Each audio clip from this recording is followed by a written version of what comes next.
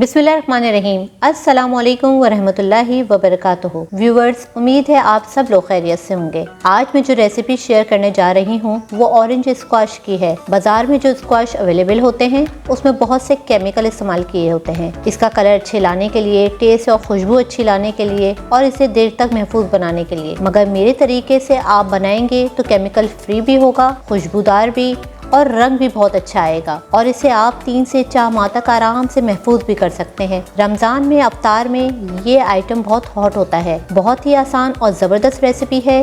Video को पूरा देखिएगा और स्टेप बाय स्टेप इसे फॉलो कीजिएगा और पसंद आए तो लाइक कीजिए, चैनल को सब्सक्राइब कीजिए और बेल आइकन को ज़रूर प्रेस कीजिए। तो चलिए ऑरेंज स्क्वाश की रेसिपी स्टार्ट करते हैं। यहाँ मैं तकरीबन 1 दर्जन कीनू उसका स्क्वाश तैयार कर रही हूँ।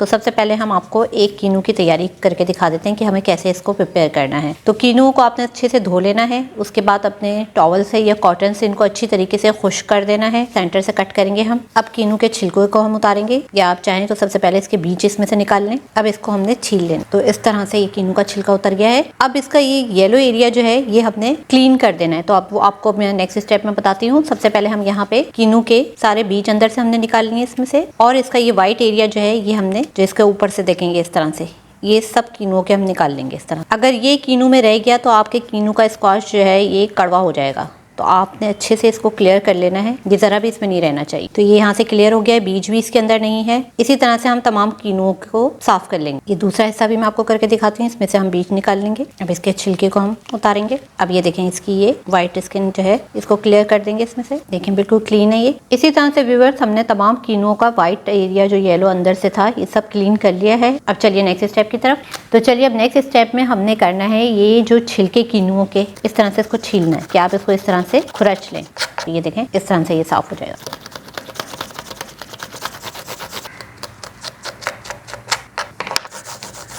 तो यहाँ आप देख सकते हैं ये बिल्कुल ऑरेंज पार्ट ऊपर आ गया है इसके, बिल्कुल ये क्लीन हो गया है और इसमें से बहुत ज़बरदस्त खुशबू आ रही है। ये हम इसलिए इसको खुरच रहे हैं कि ये जो कीनू का ये जो व्हाइट पार्ट है दरअसल ये कड़वा कर देता है स्क्वाश को, इसलिए हम इसको क्लीन कर देते हैं। और जितना अच्छा आप क्लीन करेंगे आपका स्क्वाश बहुत बेहतरीन बनेगा। उसमें कड़वास नहीं होगी, बिल्कुल भी कड़वा नहीं होगा वो। तो इसी तरह से हम तमाम कीनू के छिलकों को क्लीन कर लेंगे। तो यहाँ पर व्यूअर्स तमाम कीनू के छिलके हमने क्लीन कर लिए हैं। तो चलें अपने इस स्टेप की तरफ। अब बारी है ऑरेंज जूस बनाने के लिए। हम जितने कीनू हमने छीले थे और उनको अच्छे से साफ कर लिया था, अब इसको हम ब्लेंड करेंगे। यहाँ हमने इनमें से बीज भी निकाल दिए हैं, कीनू का व्हाइट पार्ट भी क्लियर कर दिया है। अब हम इसमें शामिल कर देंगे 1 गिलास पानी। अब इसको अच्छे से ब्लेंड करेंगे।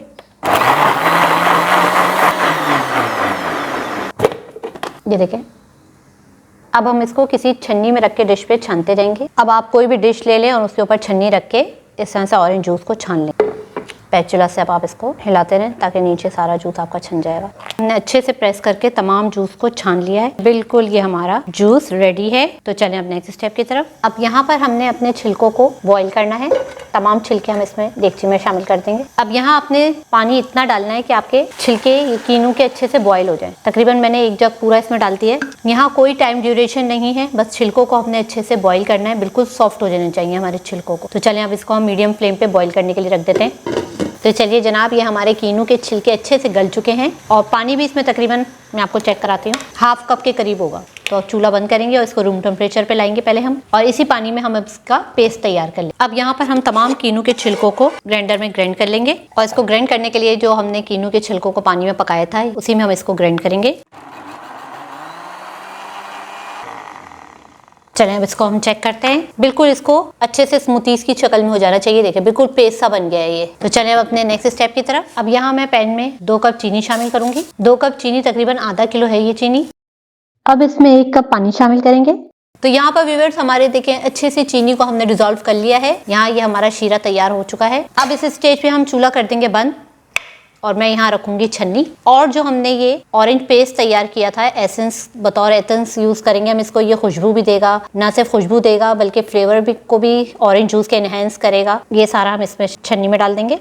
अब ये यहाँ पर व्यूअर्स जो आखिर में पेस्ट लग गया था साइडों में, मैंने वही ऑरेंज जूस इसमें शामिल करके छन्नी में वापस से डाल रही हूँ। आपने पानी हरगिज़ यूज़ नहीं करना है। आपको अगर ज़रूरत पड़ी है, जैसे अभी मुझे ज़रूरत पड़ी है, तो मैंने ऑरेंज जूस ही इसमें शामिल किया है। वो गाढ़ा गाढ़ा पेस्ट था, उसको निकलने में थोड़ी सी जगह नहीं बन रही थी उसकी छन्नी में से, अब यहाँ थोड़ा हमने जूस में शामिल कर दिया है तो ये आराम से इसका सारा निकल रहा है एसेंस।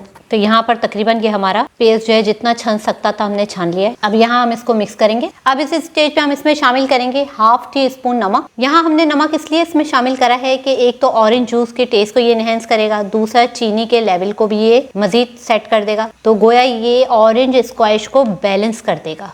अब यहाँ हम शामिल करेंगे 1 अदद लीमू, बड़े साइज का लीमू है ये मैं इसमें शामिल करूंगी। नींबू जो है ऑरेंज जूस में ना सिर्फ खटास पैदा करेगा बल्कि इसको लॉन्ग लास्टिंग भी बनाएगा, तो लीमू आपने जरूर इसमें शामिल करना है। और आप देख रहे हैं इसमें किसी किस्म का कोई केमिकल नहीं है, तो रमजानों के लिए बेहतरीन स्क्वैश तैयार हो रहा है। तो चले जनाब, ये हमने कीनू के छिलकों से जबरदस्त एसेंस तैयार कर लिया है। अब हम बनाएंगे कीनू का जूस जो हमने तैयार किया था, ये इसमें शामिल करेंगे। और अब मैं यहाँ पर चूल्हे की आंच जरा तेज कर दूंगी और अब इसको इतना पकाएंगे कि हमें जो शीरा और ये ऑरेंज जूस जो हमने अभी इसमें शामिल करा था तो वो एक चिपक सी आ जाएगी इसके अंदर, तो बस हमारा ये स्क्वैश तैयार हो जाए। तो अभी हम इसको पकने देंगे तकरीबन 15 से 20 मिनट।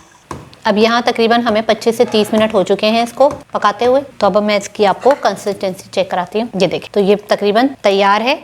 अब इस स्टेज पे हम इसमें शामिल करेंगे, यहाँ पर मेरे पास है, मैंने तकरीबन 1 कीनू के करीब ये छोटे छोटे कीनू जो हमने छील लिए थे उनका पल्प निकाला है, तो ये हम इसमें शामिल कर देंगे। जरा मुंह में आते हैं तो फ्लेवर आता है, अच्छा मजे का लगेगा। जैसे कि आप अमूमन ऑरेंज स्क्वैश पीते हैं तो उसका पल्प आता है। तो यहाँ मैं चूल्हे की फ्लेम को ज़्यादा तेज करूंगी और इसको हमने बस 2-3 मिनट पकाना है और इसको हम निकाल लें। क्योंकि ये ठंडा होकर मजीद गाढ़ा होगा तो आपने इसको इस स्टेज पे ज़रा हल्का पतला ही रखना है, बहुत ज़्यादा थिक नहीं करना। अगर ये गाढ़ा हो जाएगा मजीद तो फिर ये उस वक्त तो बहुत ही ज़्यादा गाढ़ा हो जाएगा। ये देखिए, बस अब हम चूल्हा बंद कर देंगे। तो चलें अब इसको रूम टेम्परेचर पर आने देंगे और फिर इसकी हम सर्विंग दिखाते हैं।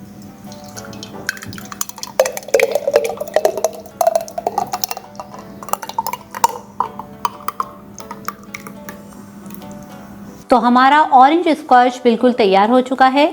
आपने इसे महफूज करने के लिए कोई भी बॉटल लेनी है और इसे अच्छी तरह धोकर साफ कर लें और इसे खुश्क होने के बाद ये स्क्वैश बॉटल में भरकर 3 से 4 माह तक के लिए फ्रिज में सेव कर सकते हैं। रमजान की आमद भी है और गर्मी भी रोज बरोज बढ़ रही है, तो अफ्तार में ये गर्मी में इसे आप इस्तेमाल करें। एक तो ये केमिकल फ्री भी है और इतना खालिस जितना आपका अपनी फैमिली के लिए प्यार। तो एक ग्लास मैं आपको टेस्ट करके बताती हूँ। 4 टेबल स्पून लिए मैंने ऑरेंज जूस के। अब बर्फ आपको जितनी रिक्वायर हो। अब हम इसमें पानी शामिल करेंगे, बस इतना ही पानी रखिएगा। अब मैं इसको मिक्स करूंगी। यहाँ ये अच्छे से मिक्स हो चुका है, तो चलें आपको टेस्ट करके बताते हैं।